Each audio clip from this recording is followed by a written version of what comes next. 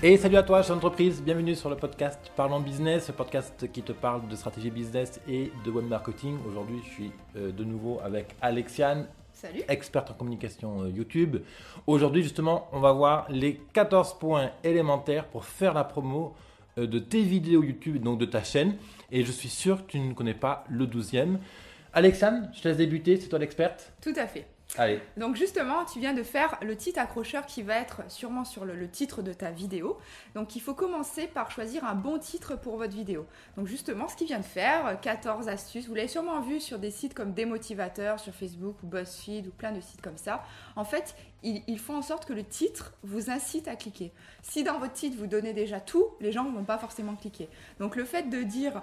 Je suis sûre que vous ne connaissez pas la 12e, ça s'appelle du putaclic, hein, c'est le terme. Un teaser. Voilà, c'est le terme.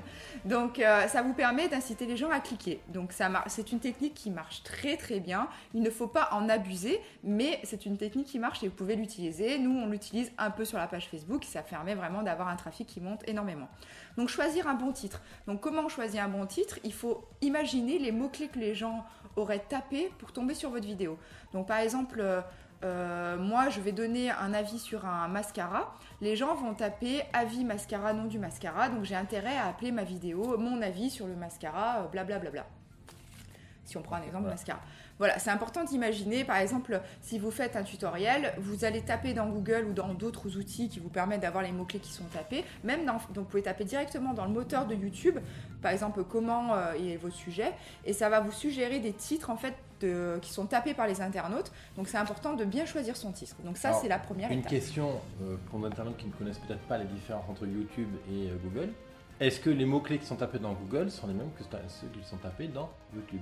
C'est pas toujours les mêmes, hein, et les gens tapent d'autres choses dans YouTube, mais vous pouvez vraiment vous servir aussi de Google, puisqu'en plus, votre vidéo pourra être référencée, apparaître sur Google, on va dire, donc votre vidéo YouTube, avec les mots-clés qui correspondent. Donc, c'est clair que Google favorise et pousse les vidéos qui correspondent, qui matchent bien à une requête précise, une requête de longue traîne.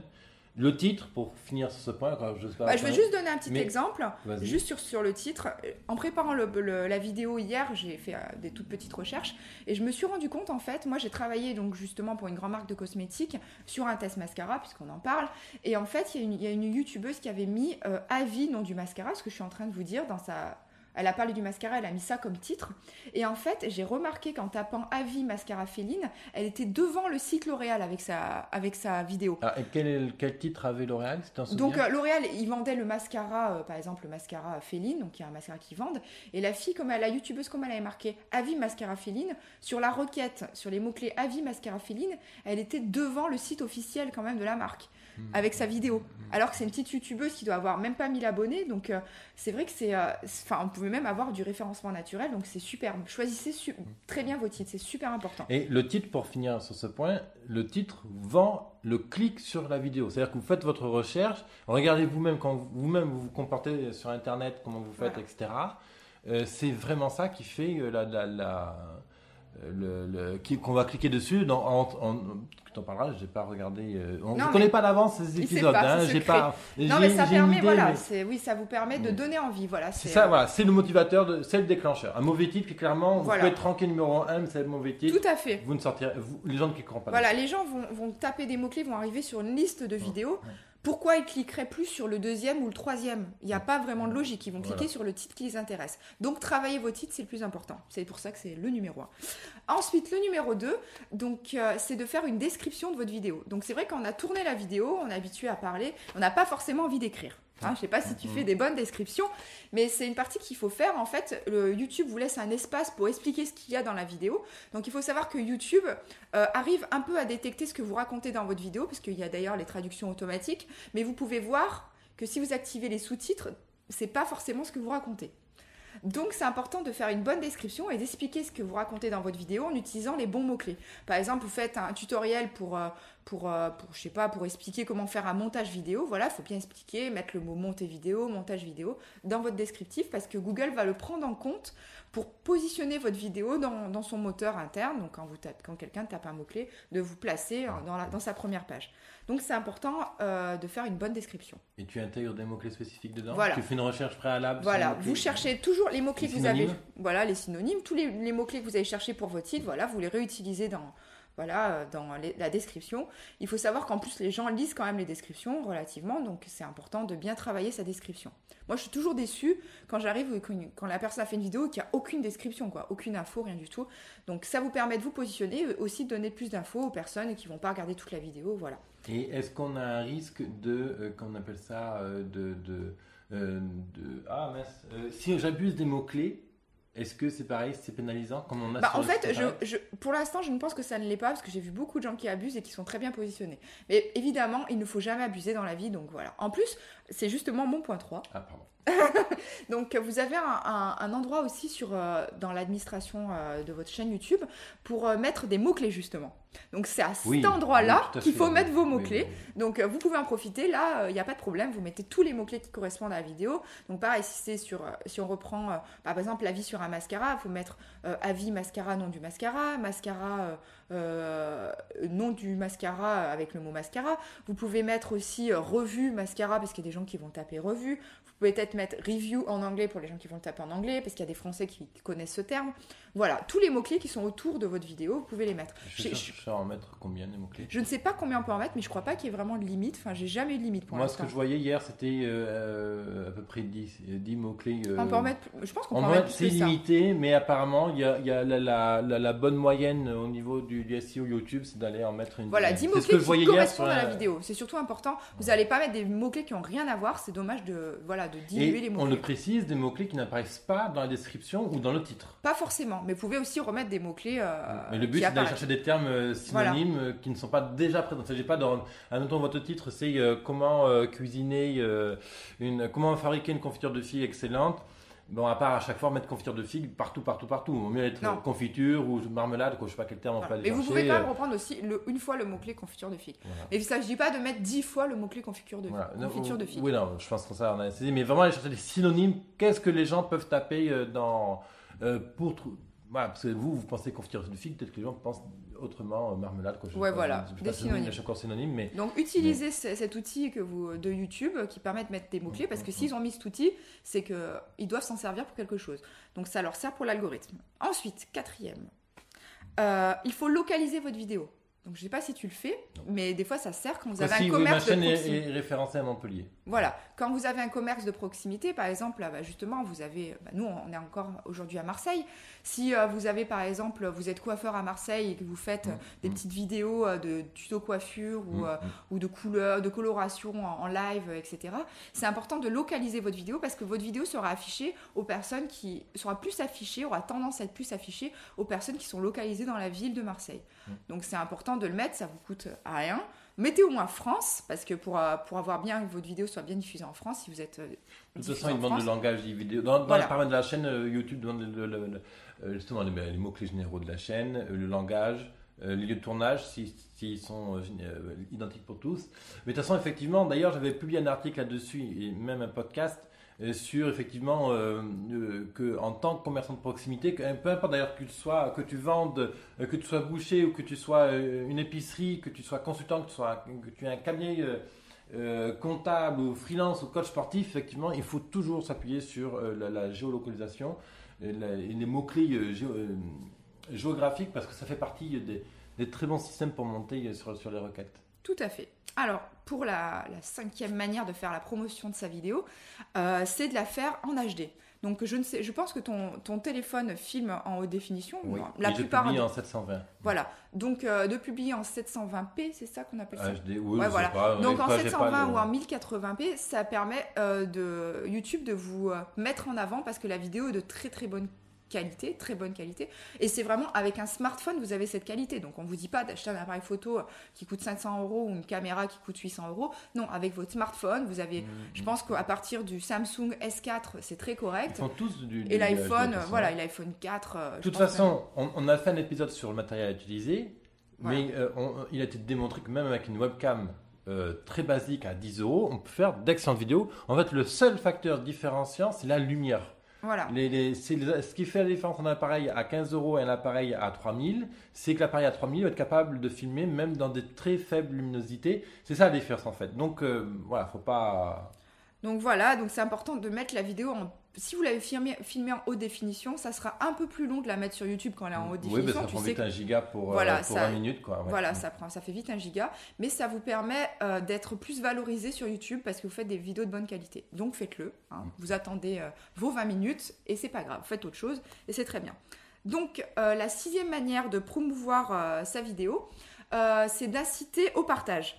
Donc déjà, c'est une grosse question. Hein. Voilà. D'ailleurs, j'en profite. Si tu aimes notre épisode, tu mets un petit pouce en l'air. Voilà, en dessous. le pouce, c'est super important. Tu peux t'abonner à ma chaîne YouTube si tu m'écoutes depuis YouTube. Si tu me suis depuis SoundCloud, iTunes ou d'autres plateformes, n'hésite pas à me suivre parce que justement il y a d'autres épisodes encore qui vont venir avec Alexandre sur comment faire la promotion de sa chaîne YouTube. Et moi je vais embrayer, alors avant ou après, je ne sais pas encore, mais ils sont déjà enregistrés des épisodes sur comment créer son podcast. Bref, le web marketing. Si tu aimes ce sujet-là, n'hésite pas non plus à poser tes questions. Tu vas sur biz200.fr/question, tu poses ta question. Comment faire la promo de vidéo? Est-ce que mes titres sont bons? Est-ce que je dois faire ceci? Est-ce que mon site est bien? Peu importe. Tu poses ta question. Si la question s'adresse à Alexiane, je lui transmettrai directement la question. Elle te répondra directement par email, par téléphone ou je sais pas. On trouvera une solution. Exactement. Donc vas-y, pose ta question sur biz200.fr. Je te répondrai directement ou Alexandre te répondra. Vas-y, Alexandre. On incite à mettre des pouces verts, des pouces vers le haut, et on incite à partager la vidéo. Donc on c'est dit important. Des pouces bleus, je crois. Pouces bleus, verts, je sais pas. Non, mais vers le haut. Enfin bon, des pouces vers le haut. Et justement, donc David vous vient de vous dire de poser vos questions sur son site, mais vous pouvez aussi poser les questions en dessous de la vidéo. Voilà les commentaires. Voilà, et c'est important si vous avez des commentaires sur votre vidéo parce que YouTube favorise énormément les interactions. C'est-à-dire plus votre vidéo aura d'interaction, plus votre vidéo sera positionnée dans YouTube, bien positionnée. Donc c'est important de répondre aux commentaires. Donc, alors d'ailleurs, ça c'est toujours été une des problématiques, peut-être que tu vas pouvoir m'aiguiller là-dessus. J'ai beaucoup de gens qui répondent à mes appels aux questions sur biz200.fr/question. Toutes les semaines, hein, j'ai 4-5 questions très régulièrement, des vraies questions, hein, je ne parle pas des questions avec 3 mots, voilà, mais des vraies questions de sens, etc. Donc ça fonctionne, mais alors si effectivement c'est quand même plus facile d'aller sur des commentaires, alors la question que j'avais c'est pourquoi les gens malgré tout préfèrent aller sur mon site et poser la question. Tu sais pourquoi? Parce que tu leur dis en fait. Et oui, mais... Tu viens de le dire là, donc oui. Les gens ils pensent pas forcément à laisser un commentaire sous ta vidéo. Et c'est pas plus évident pour eux. Mais non, parce que tu viens de leur dire d'aller sur biz200.fr, donc c'est très bien. C'est très bien d'aller sur ton site. C'est vrai que moi à l'époque j'ai créé cet automatisme-là. Je me suis dit, je publie des articles, le bonhomme il est tout en face, il a envie de poser une question. Parce que t'es pas que sur YouTube. Disons que les personnes nous écoutent aussi sur iTunes ou sur SoundCloud. Donc du coup. Je centralise, c'est vrai que je centralise la question. Mais n'hésite pas à laisser un commentaire en dessous de toute façon. Voilà, mais disons que si vous mettez pas forcément votre vidéo après, vous la transformez pas forcément en podcast ou sur d'autres plateformes, vous pouvez inciter les gens à laisser un commentaire en dessous de la vidéo. Et YouTube favorise les vidéos qui ont des commentaires et si vous répondez aux commentaires, ça va encore plus favoriser la vidéo. Donc les gens ont pris la peine de laisser un commentaire, donc ça c'est génial. Il faut les remercier, il faut répondre à leurs questions s'ils ont posé une question, c'est super important. On fait pas une vidéo et après on part, on n'entend plus parler. Est-ce que YouTube regarde et favorise les gens les youtubeurs qui répondent rapidement? Est-ce qu'on a des statistiques? Je ne sais pas. Facebook le fait aujourd'hui. Je ne sais pas si le fait que ça soit rapide, mais en tout cas, voilà, de toute façon, vous recevez une alerte dans votre boîte mail. Voilà, vous liez une boîte mail que vous utilisez. Voilà, et vous répondez. Voilà, il faut répondre dans les 24 heures. De toute façon, c'est la vie. On ne répond pas à ses clients ou à ses futurs prospects 10 jours après. On répond tout de suite. Je sais pas, le client c'est super important. Si vous êtes agriculteur ou bonne épicerie, le client en face, l'auditeur comprendra que vous ne répondez pas sur le champ parce que vous êtes occupé sur votre client. Il faut aussi quand même être dans un espace-temps correct. Voilà, mais essayez de répondre le plus vite possible. Mais ce qui est sûr, c'est que, là on parle de YouTube, on est d'accord, hein, mais sur Facebook favorise les pages où les personnes répondent rapidement aux questions des visiteurs. D'ailleurs, ils vous donnent un badge, c'est ça. Voilà. Donc c'est important. Donc faites-le, puisque Facebook le dit. Faites-le aussi sur YouTube. On peut imaginer que les systèmes sont similaires quand même. Ça reste des entreprises. Donc, Vas-y, Alexandre. donc la 8e manière de faire la promotion de sa chaîne, c'est déjà de partager. Bon, vous avez demandé aux gens de partager, de mettre des pouces en l'air, Oui. qui sont verts ou bleus. Ils Mais sont vous bleus, aussi, mais- partagez votre vidéo à autant de personnes que vous pouvez. Donc, on va voir à qui on peut le partager ensuite. Mais voilà, il faut partager votre vidéo. Parce qu'une vidéo qui aura plus de partage sera aussi plus mise en avant sur YouTube. De toute façon, c'est le nerf de la Donc, guerre. si hein. vous-même, vous ne partagez même pas votre vidéo, qu'est-ce que vous voulez que les gens, d'autres personnes la partagent? Voilà. Donc, c'est super important. Ensuite, j'ai testé quelque chose et ça fonctionne très très bien. Vous pouvez acheter des vues en fait. Vous pouvez acheter de la publicité sur YouTube. Donc vous avez plusieurs formes de publicité. Si vous n'avez pas un bloqueur de publicité, vous en bouffez de la publicité sur YouTube, c'est même infernal. Donc à chaque fois que vous lancez une vidéo, vous avez à peu près 25 secondes où c'est un spot télé. C'est un spot de publicité, vous pouvez passer au bout de 3 secondes, mais c'est de la publicité. Et aussi sur le côté, vous avez des vidéos qui sont suggérées, et la première en fait c'est de la publicité, c'est-à-dire que les personnes ont payé pour ça. Donc comment faire? Donc pour des vidéos qui sont assez courtes, ou sinon ça va reprendre que des bouts de votre vidéo, vous pouvez acheter sur AdWords, donc c'est la plateforme de Google pour gérer la publicité. Vous pouvez mettre, par exemple, moi j'ai mis 50 € et j'ai eu plus de 3000 vues sur une vidéo qui est concurrentielle, comme on l'a dit dans une autre vidéo. Donc ça vous permet d'avoir de la visibilité, et même j'ai eu des gens qui ont commenté que je ne connaissais pas, qui n'étaient pas abonnés à ma chaîne.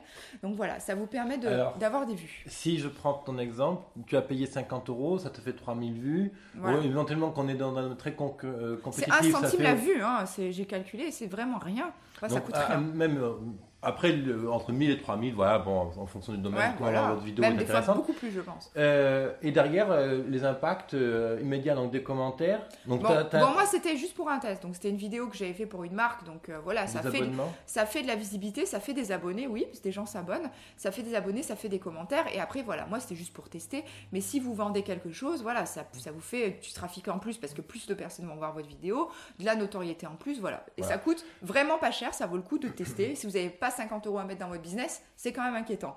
Donc, Je sais pas si tu veux en parler après, mais attention par contre, quand vous commencez à mettre de l'argent dans Google AdWords, ou Facebook Ads, ou quelle que soit la plateforme de communication, quand on met de l'argent, il faut que la vidéo soit conçue pour convertir derrière. C'est-à-dire qu'on Oui, fait une bien vidéo sûr. de conversion. C'est-à-dire que la vidéo, vous l'avez conçue explicitement, vous l'avez imaginée parce que vous savez que vous allez en faire la promotion derrière. Tout à fait. La vidéo, elle a par exemple un but à reprendre des objections, des émotions, ou elle a des appels à l'action. Alors, d'ailleurs, toujours et le même appel à l'action réitéré avec des angles différents, avec un vocabulaire différent par exemple. Bref, voilà, c'est une vidéo qui a été conçue pour ça. Oui, Attention. on balance pas de l'argent dans AdWords pour rien non plus. Hein. Voilà, il ne s'agit pas. Là, le podcast typiquement qu'on fait aujourd'hui, je ne vais pas faire de promotion derrière. D'ailleurs, je n'ai jamais fait de promotion sur YouTube jusqu'à présent. Hein. Mais là, il n'y a pas Mais d'appel à ça l'action peut être assez important. fort pour en faire la promotion. Donc, clairement, je n'ai pas dépensé de l'argent sur cette vidéo qu'on est en train de tourner en ce moment. En revanche, si plus tard je fais une promo d'un produit, quel qu'il soit, d'un service de coaching, effectivement, la vidéo, elle ne ressemblera pas à une vidéo commerciale, parce que ce ne sera pas le but.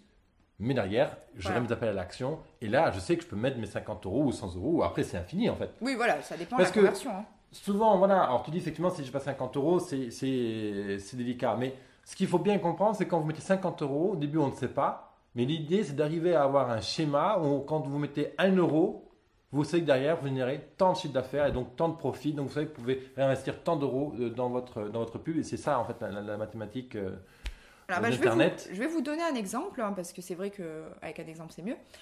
Moi, je fais de l'aquabike. Et donc, il y a un centre d'aquabike dans la ville où je travaille. Donc, et en du fait, vélo dans l'eau, quoi. Ouais, dans l'eau. C'est du vélo dans l'eau, hein, pour ceux qui ne savent pas. Et en fait, quand je vais sur YouTube, c'est fou parce qu'ils ont localisé, j'ai toujours la pub de mon centre d'aquabike. Donc, ils ne savent pas que je suis abonnée. Hein. YouTube ne sait pas encore que je suis déjà abonnée au centre d'aquabike dont il y a la publicité. Mais en fait, c'est en pré-roll, donc c'est avant ma vidéo, j'ai toujours la pub de ce centre d'aquabike. Donc voilà, donc il a fait une pub, il a localisé sûrement la ville et les 20 km alentours, et ça lui permet d'avoir un maximum de publicité, de vues ciblées vraiment sur son audience. Donc vous pouvez vraiment cibler. Et là, on imagine le cas où tu sois là-bas et pour X raison, tu étais un peu hésitante parce que ceci ou parce que cela. Le fait de revoir la publicité, clairement, ça va Voilà. que t'inciter à finalement, ah ouais, putain, faut que je m'aille m'abonner. Et donc, c'est son Ça déclencheur. donne envie.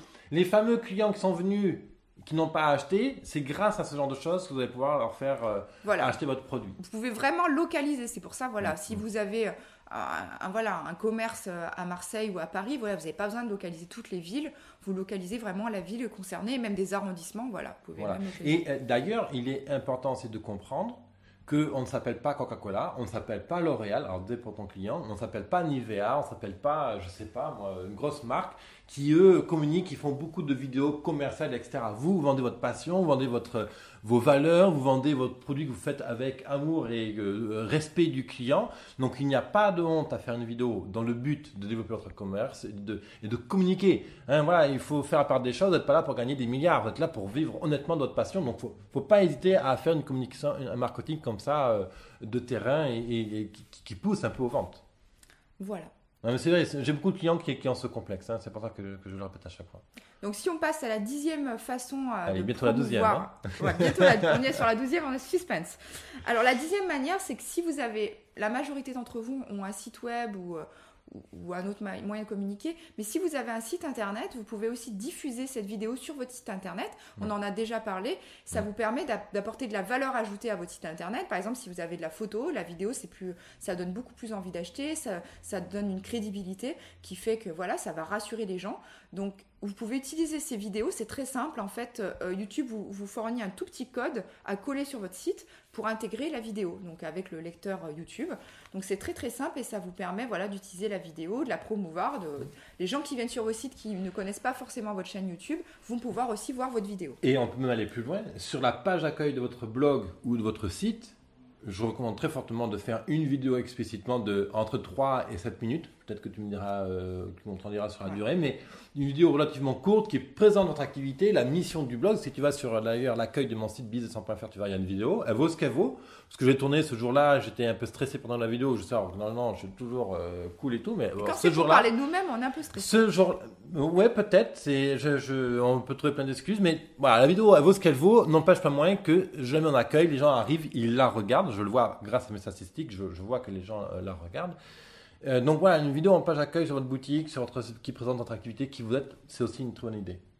Donc ensuite, si vous avez une newsletter ou une liste d'emails, sur votre site, il faut absolument, je pense que tu l'as déjà conseillé dans d'autres vidéos, mais il faut absolument que vous récoltiez du mail. Vous ne pouvez pas laisser arriver des gens sur votre site et repartir sans que vous ayez une information sur eux. Et le minimum d'informations, c'est le mail.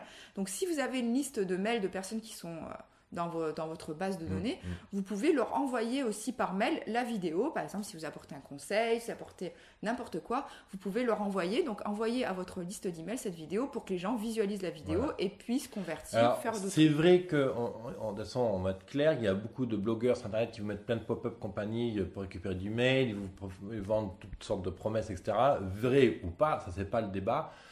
Et c'est vrai que jusqu'à présent, sur mon blog, je n'ai jamais fait l'ultra promotion de ce qu'on appelle les squeeze pages, hein, donc ces pages où on capture un email, etc. Alors il y en a quelques-unes sur mon blog, mais à chaque fois c'est toujours avec une vraie contrepartie. Moi j'espère qu'elle est là pour satisfaire. Normalement l'audience, mes 1800 chefs d'entreprise qui me suivent au quotidien me le disent. Mais justement, faire une vidéo qui envoie sur une page dans le but de récupérer l'email. Après, même, il existe même des outils pour intégrer directement cette question sur la vidéo YouTube. Alors, je ne maîtrise pas cet outil, mais je sais qu'ils existent. Ils ne sont pas gratuits, par contre. Pourquoi on disait ça? Merde. Oui, donc c'est important dans les deux sens. Profiter de votre... voilà. En plus, alors, ça vous permet d'avoir un contenu. Ce n'est pas toujours facile d'animer une liste d'emails. C'est ça que je voulais dire. Excuse-moi, Alexandre. C'est que vous pouvez vous servir votre vidéo pour alimenter votre liste d'emails, justement pour faire des nouveaux abonnés, et aussi dans le sens, avec votre liste d'emails, communiquer à propos des vidéos. Voilà. Donc passons à la 12e manière, la secrète. Vous avez tous des cartes de visite, vous imprimez peut-être des flyers ou d'autres supports papier. Donc n'hésitez pas à mettre votre chaîne YouTube, le lien de votre chaîne YouTube. Faites-le. Faites-en un premier appel à l'action d'ailleurs. Plutôt que, admettons, vous vendez des ordis. J'étais ancien commerçant avant. Et à l'époque, je ne connaissais pas YouTube. Quand je disais, mais j'étais un peu hors du monde d'Internet. C'est paradoxal, mais c'est comme ça.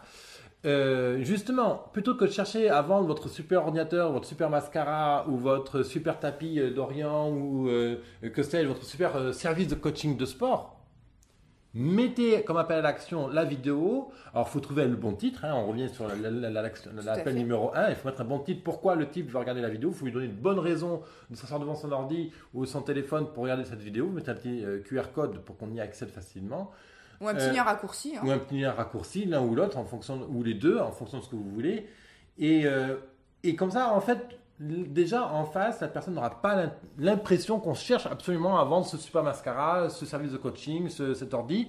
Par contre, vous allez lui vendre de l'accès à cette vidéo dans laquelle vous allez vendre votre produit. Donc, vous voyez, on a un rapport qui est progressif. C'est comme quand vous rencontrez quelqu'un, vous ne pouvez pas lui demander en mariage au premier abord. Il faut absolument nourrir la relation dans le temps. Et en fait, si je te cherche tout de suite à te vendre mon super service de coaching ou mon super ordi, tu vas me dire, écoute, je te vois venir, je cherche à me badraguer ton matos, ça va, quoi, la pub, j'en ai marre, quoi.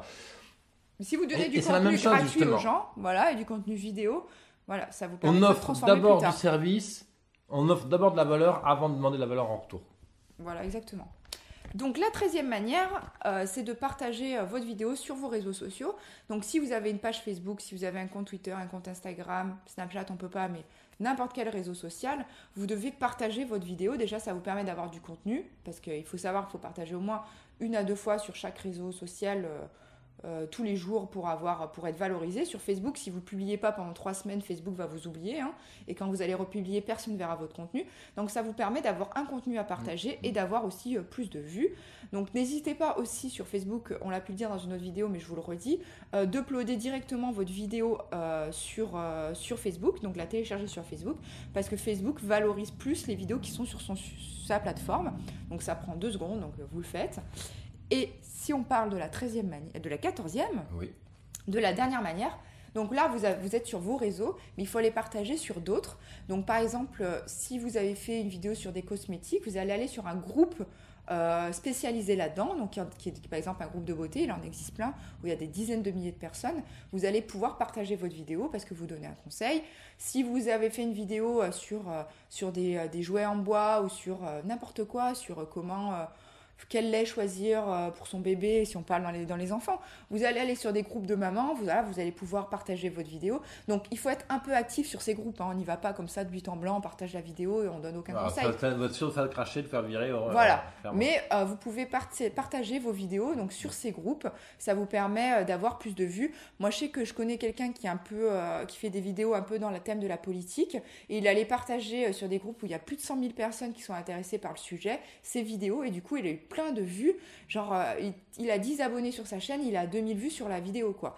Donc c'est important de partager ces vidéos le plus possible. De toute façon, c'est le nerf de la guerre. Et je reprends toujours cette analogie-là. Quand on ouvre un commerce de proximité, qu'est-ce qu'on regarde? On regarde à s'installer dans une rue qui est passante, pour être visible. Et Internet, c'est la même chose, sauf que la rue elle est tellement large qu'il y a tellement de monde dedans que si on ne va pas aller chercher et être visible dans certains cafés, disons que le groupe, ça correspond à un bistrot, un café ou un lieu de danse, voilà, je sais pas, il faut être dedans, sinon les gens ne vous rencontrent pas en fait. Donc voilà, c'était la 14e manière, et on arrive au bout. Je ne sais pas Parfait. si on en a d'autres. Est-ce que tu as des questions internet? On t'écoute, tu vas mettre un commentaire sous la vidéo ou justement tu vas sur business100.fr/question à ton choix en fonction d'où tu m'écoutes. Alexiane, autre chose à... Non, c'est bon pour la vidéo. Là, je pense qu'on a pas mal. Si vous faites tout ça, déjà, c'est pas mal. Voilà. Je ne vais pas vous en mettre 30. Ça fait partie de la base. Et comme on dit toujours, vous le faites 1 fois, 2 fois, 3 fois, 5 fois, 10 fois. Après, ça devient une routine et ça va tout seul. Voilà, vous faites une liste, vous checkez, vous cochez tout ce qui est fait et voilà. Voilà, parfait. Merci Alexiane. Merci David. Au prochain podcast Parlons Business, si tu as aimé, bien sûr tu peux aimer cette chaîne. Si tu n'as pas aimé, bien entendu, mets un pouce vers le bas, moi ça m'aide aussi à améliorer le contenu.